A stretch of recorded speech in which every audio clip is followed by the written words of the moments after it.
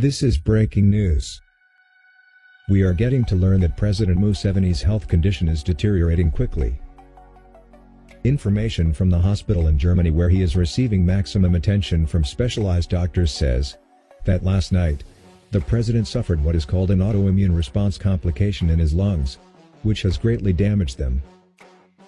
They are not sure whether he will be able to breathe again on his own without oxygen support. The doctors are now considering taking him through a series of surgeries to remove the parts of his lungs that have already been deemed degenerated, so as to prevent further inflammation within his upper body and, to be specific, in the chest area. As he can no longer communicate on his own, consent from 2 family members is required. His son is already aboard the presidential jet headed to Berlin, Germany, to check on his father's condition. The minister in charge of the presidency in the government of Uganda says, "There is no reason for panic as the country is still under control by the entire team of cabinet ministers, who were sworn in just recently." However, the country is still under panic as to who the next president will be in case Museveni does not make it. Would this be an opportunity for the Uganda opposition groups to make a statement? Or will the son take over from his beloved father as the new president of Uganda?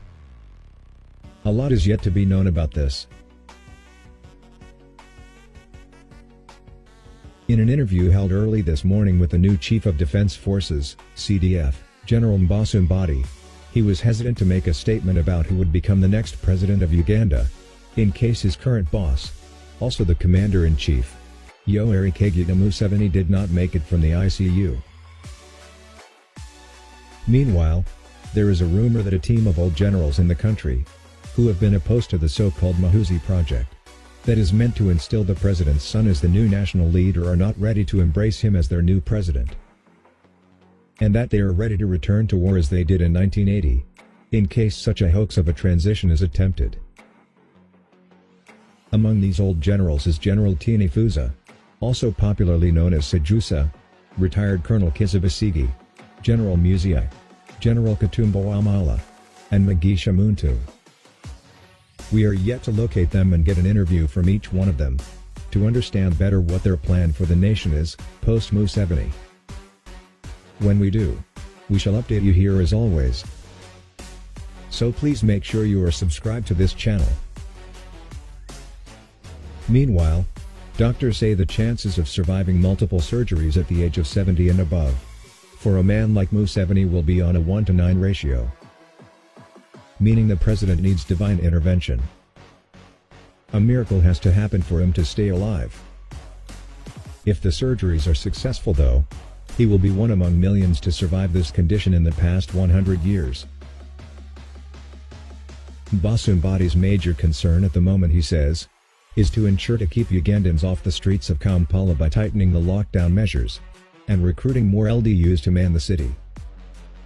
He says there will be zero tolerance to any forms of insurrections, and that the culprits, if caught, will be arrested immediately.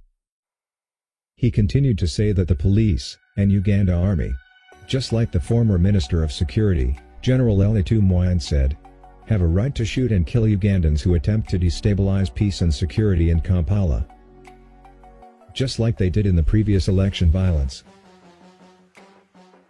We are yet to find out what the opposition thinks about General Mbade's statements, and we shall soon be taking an interview with the NUP party president, Honorable Robert Kyagulanyi, also popularly known as Bobi Wine, to hear his position about this. Stay glued to this channel for timely updates. Subscribe now.